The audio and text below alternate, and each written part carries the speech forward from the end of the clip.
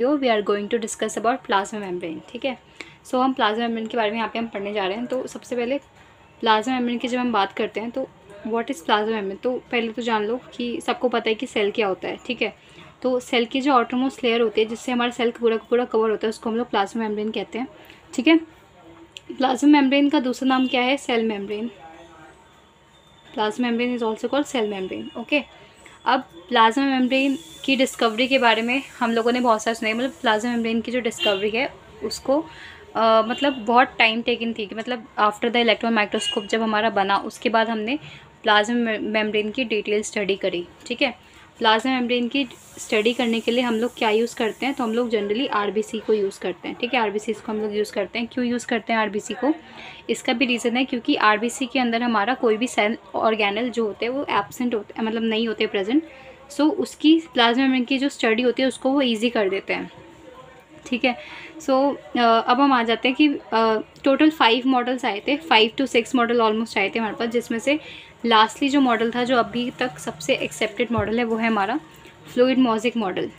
ठीक है, fluid mosaic model, ये जो मॉडल था ये अभी तक का सबसे एक्सेप्टेड मॉडल है। ठीक है, फ्लूइड मोज़ेक मॉडल जो था it was given by Singer and Nicolson.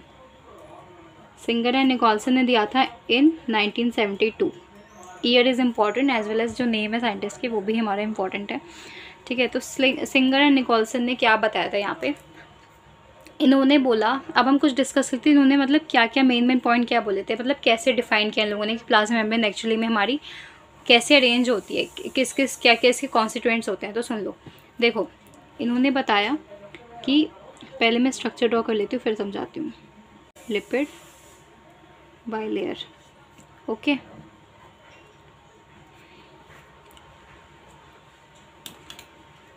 सो इन लोगों ने क्या बोला? इन्होंने बोला कि जो प्लाज्मा मेम्ब्रेन होती है उसमें मेनली हमारी 3 चीज़ें होती हैं। क्या क्या होता है? एक होता है हमारा लिपिड, लिपिड की बाइलेयर, दूसरा प्रोटीन्स एंड तीसरा होते हैं अपने कार्बोहाइड्रेट्स। ठीक है, अब हम इन इन 3 को ही हमने पढ़ना है और इन तीनों को जब हम समझ लेंगे तो हमारा पूरा का पूरा जो फ्लूइड मोज़ेक मॉडल है वो समझ आ जाएगा हमें। ठीक है, तो लिपिड बाइलेयर समझो पहले। तो लिपिड बाइलेयर का मतलब क्या होता है कि यहाँ पे लिपिड्स की 2 लेयर होंगी, वो इस तरीके से अरेंज होंगी, इस तरीके से। ये लिपिड की फर्स्ट लेयर है, ये लिपिड की सेकेंड लेयर है। तो ये दोनों आपस में जब इस तरीके का इनका अरेंजमेंट होगा तो इसको हम कहेंगे लिपिड बाइलेयर। ठीक है, अब इसी लिपिड बाइलेयर के अंदर ही हमारा प्रोटीन्स एम्बेडेड होते हैं। ठीक है, प्रोटीन्स हमारे एम्बेडेड होते हैं।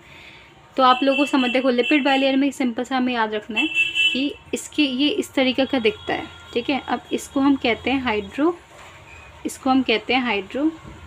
हाइड्रोफिलिक एंड, हाइड्रोफिलिक हेड, और इसको कहते हैं हाइड्रोफोबिक टेल।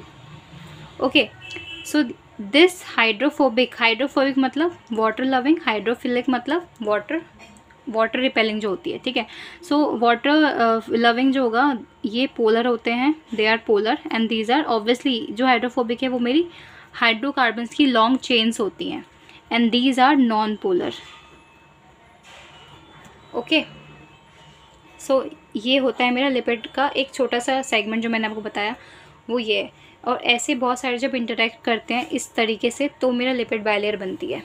ठीक है, सो प्रोटीन हमारे 2 टाइप के होते हैं, एक होता है इंटीग्रल, एक होता है मेरा पेरिफेरल। ठीक है, इंटीग्रल प्रोटीन्स कौन से होते हैं? इंटीग्रल प्रोटीन मेरे वो होते हैं जो लिपिड बाइलेयर के अंदर पार्शली या फिर कम्प्लीटली एम्बेडेड होते हैं। ठीक है, उनको हम कहते हैं इंटीग्रल प्रोटीन।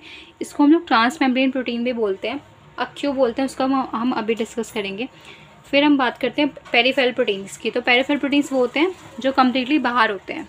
ठीक है, जो मतलब लिपिड्स की जो लेयर होती है वहाँ पे होते हैं।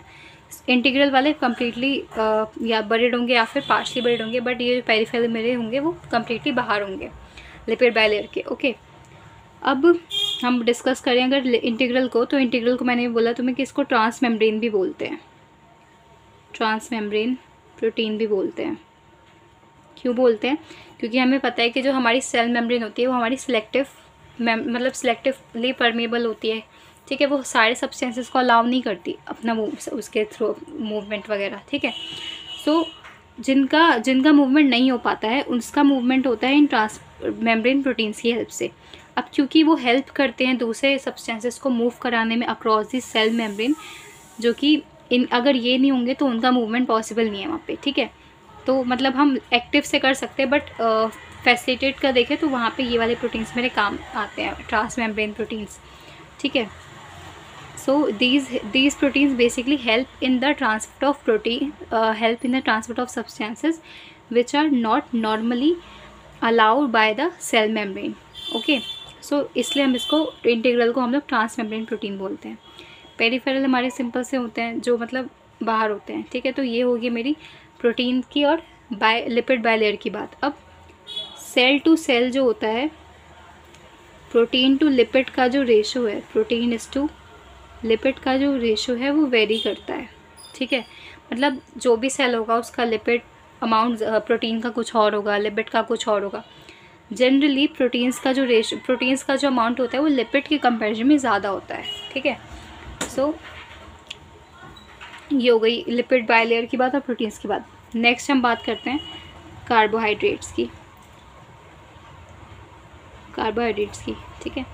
तो कार्बोहाइड्रेट्स भी मेरे मेनली ये ग्लाइकोप्रोटीन्स की फॉर्म में प्रेजेंट होते हैं इनसाइड द प्लाज्मा मेम्ब्रेन, ठीक है। ग्लाइकोप्रोटीन्स हैं, ग्लाइकोलिपिड्स हैं, मतलब बहुत सारा। तो ग्लाइकोप्रोटीन्स की फॉर्म में मेरा मेनली कार्बोहाइड्रेट में ना ग्लाइकोप्रोटीन्स की फॉर्म में प्रेजेंट होता है, ठीक है।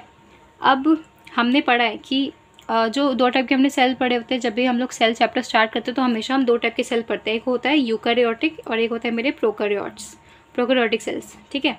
सो यूकैरियोटिक सेल्स मेरे कौन से होते हैं, मतलब हम पहले प्रोकर की बात कर लेते हैं। तो प्रोकैरियोटिक सेल्स वो होते हैं जिसके अंदर हमारे ऑर्गेनल्स जो होते हैं वो एब्सेंट होते हैं, मतलब मेम्ब्रेन बाउंड ऑर्गेनल एब्सेंट होते हैं। वहाँ पे राइबोसोम होता है बट उस पर मेम्ब्रेन नहीं होती। बट यूकैरियोट्स में राइबोसोम तो होगा ही, इसके अलावा जितने भी मेम्ब्रेन बाउंडेड ऑर्गेनल्स सारे वहाँ पे प्रेजेंट होते हैं, ठीक है। सो वो जो ऑर्गेनल्स होते हैं, लाइक मेरा माइटोकॉन्ड्रिया है, क्लोरोप्लास्ट है ना, लाइसोसोम है, वैक्यूल्स है, तो ये सारे इन सब के पास भी खुद की मेम्ब्रेन होती है, ठीक है। तो उनकी जो मेम्ब्रेन्स होती हैं वहाँ पे मेरे कार्बोहाइड्रेट एब्सेंट होते हैं।